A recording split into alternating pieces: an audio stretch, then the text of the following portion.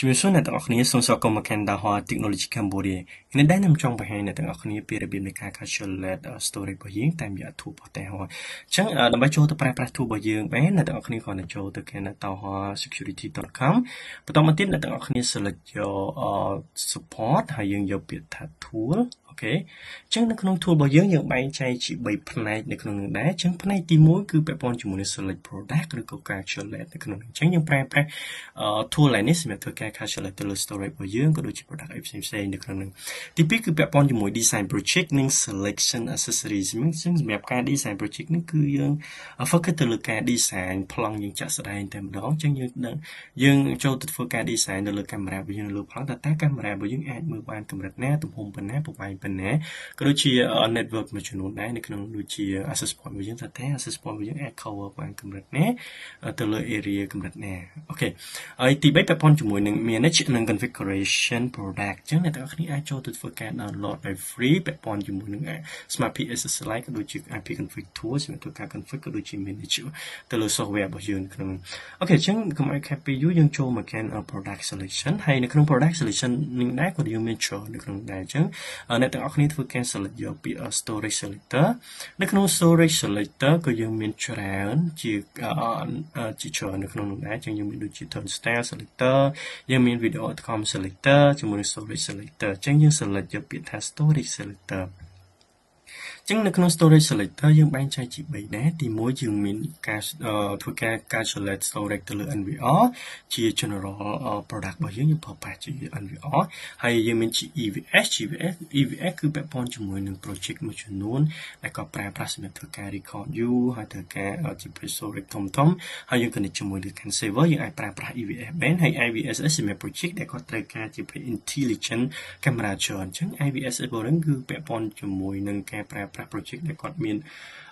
intelligent តម្រូវការ intelligent ច្រើននៅក្នុងគាត់អាចប្រើប្រាស់ជាមួយនឹង IVSS បាននៅក្នុងនោះអូខេអញ្ចឹងខ្ញុំធ្វើការ calculate storage តាមរយៈ NVR ជា sample សម្រាប់ជូនអ្នកទាំងអស់គ្នាអញ្ចឹងនៅលើ NVR របស់យើងមាន interface ចំនួន3ដែលយើងត្រូវការបំពេញសំទោស parameter ចំនួន3ដែលយើងត្រូវការបំពេញអូខេអញ្ចឹងយើងមានការបំពេញទៅលើ camera setting អញ្ចឹងអ្នកទាំងអស់គ្នា click ពី add មកបន្តមកទៀតឧទាហរណ៍ថា project អ្នកទាំងអស់គ្នាមានកាមេរ៉ា2 megapixelអូខេអញ្ចឹងប្រភេទជា NAN AI ឬក៏ AI អ្នកទាំងអស់គ្នាអាច select នៅលើនេះបានអូខេអញ្ចឹងជាទូទៅ2 megapixel គឺ18អូខេបន្តមកទៀតអ្នកទាំងអស់គ្នា select ក្នុងករណីបើសិនជាមាន4 megapixel លាយនៅក្នុងណាខ្ញុំជា example 4 megapixel បន្តមកទៀតខ្ញុំ select នៅកន្លែង resolution នេះខ្ញុំនឹងទាញយក select 4 megapixel ទៅតាម requirement របស់យើងនៅក្នុងនេះអូខេបន្ទាប់ពីយើងបញ្ចប់នៃការឲ្យ parameter ទៅលើកាមេរ៉ារបស់យើងចូលមកកាន់ storage schedule អញ្ចឹងក្នុងករណីនេះអ្នកទាំងអស់គ្នាអាចធ្វើការ set ទៅលើ storage អ្នកទាំងអស់គ្នាចង់បាន1ខែចង់បាន2ខែអញ្ចឹងអ្នកទាំងអស់គ្នាអាចធ្វើការ set នៅកន្លែងនោះបានអញ្ចឹងជាទូទៅ default គឺមក1ខែនៅកន្លែងនេះអញ្ចឹងឧទាហរណ៍ថាខ្ញុំ select ជា2ខែខ្ញុំអាច select ដាក់ថា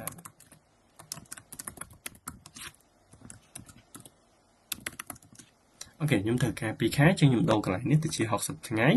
ហើយ image storage របស់ខ្ញុំនេះក៏60ថ្ងៃដែរហើយសម្រាប់កន្លែងនេះគឺយើង record ជា continuous 24ម៉ោងអញ្ចឹងខ្ញុំ select កន្លែងនេះ24ម៉ោងទៅអូខេបន្តមកទៀតបន្ទាប់ពីខ្ញុំបញ្ចប់ជាមួយនឹង storage schedule ហើយយើងចូលមកកាន់ product selection អញ្ចឹងនៅកន្លែងនេះគឺយើងអាចដាក់ឈ្មោះ project របស់យើងបានអានេះជា example ខ្ញុំដាក់ឈ្មោះយ៉ាងទៅហើយបន្តមកទៀតយើង select ជាចំនួនកាមេរ៉ារបស់យើងអញ្ចឹងខ្ញុំមាន2 megapixel ខ្ញុំ example ខ្ញុំមាន20 channel អញ្ចឹងទៅហើយខ្ញុំត្រូវការ record 2ខែអញ្ចឹងខ្ញុំ select យក schedule ដែលខ្ញុំបង្កើតមិញហើយវានឹង change ទៅតាមនឹង automatic គឺ60ថ្ងៃ image 60ថ្ងៃហើយ bandwidth ដែលត្រូវការគឺ44 megabit per second storage ដែលត្រូវការហ្នឹងគឺ 27.2 terabyte នៅក្នុងហ្នឹងហើយខ្ញុំ add បន្ថែមទៀតខ្ញុំឧទាហរណ៍ថាខ្ញុំមាន4 megapixel ចំនួន12 channel អញ្ចឹងខ្ញុំ example ថាយើងមាន32 channel ចាស់អូខេអញ្ចឹងខ្ញុំ change ទៅតាមហ្នឹងទៅបន្តមកទៀត NVR គឺខ្ញុំអាចធ្វើការជ្រើសរើសថ្មីបានយើងគ្រាន់តែ select នេះមកអញ្ចឹងដោយសារតែ32 channel ខ្ញុំត្រូវការ select យក32 channel កាមេរ៉ាអញ្ចឹងខ្ញុំ search មកអូខេអញ្ចឹងខ្ញុំយកប្រភេទ NVR ប្រភេទនេះគឺ5832.EI អញ្ចឹង heading អ្នកទាំងអស់គ្នាអាចធ្វើការ select យកតាមតម្រូវការរបស់អ្នកទាំងអស់គ្នាតែយើងអាចប្រើ adapter ទៅជា heading មួយដែលយើងអាចងាយស្រួលក្នុងការរកនៅលើទីផ្សារ brand របស់យើងចឹងអ្នកទាំងអស់គ្នាអាច select យក name red ឬក៏ auto red file ទៅតាមតម្រូវការរបស់អ្នកទាំងអស់គ្នាក្នុងករណីបើសិនជាត្រូវការredundant storage អ្នកទាំងអស់គ្នាអាច select យក auto red file នៅនឹងបានអូខេអញ្ចឹងខ្ញុំអាច select ជា auto red file ជូនអ្នកទាំងអស់គ្នាជា example បន្តមកទៀតយើងធ្វើការ calculate អញ្ចឹងបន្ទាប់ពីអ្នកទាំងអស់គ្នាធ្វើការ calculate នេះគឺជា result calculation របស់យើងនៅក្នុងហ្នឹងអូខេ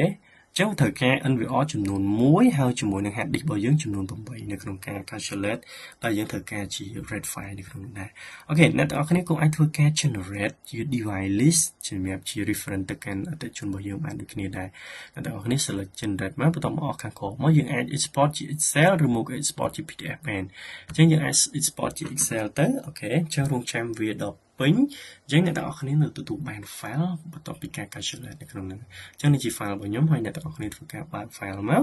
យើងនឹងឃើញ Excel ដែល detail ពាក់ព័ន្ធមួយresult របស់យើងអូខេអញ្ចឹងត្រូវការ NVR ចំនួន1 hard disk ចំនួន8ហើយនេះជា parameter camera របស់យើងហើយជា storage schedule ហើយនេះជា red configuration ក៏យើងមាន recommend ជូនអ្នកទាំងអស់គ្នានៅកន្លែងនេះដែរអូខេអញ្ចឹងនេះគឺជា result អ្នកទាំងអស់គ្នាអាចយកវាទៅជា reference សម្រាប់ទៅជួបភ្ញៀវក៏ទៅជាអតិថិជនរបស់យើងនៅនឹងដែរអូខេអញ្ចឹងសម្រាប់វីដេអូគឺខ្ញុំមានតែប៉ុណ្ណឹងក្នុងករណីអ្នកទាំងអស់គ្នាមានចម្ងល់អ្នកទាំងអស់គ្នាអាចតាក់ទង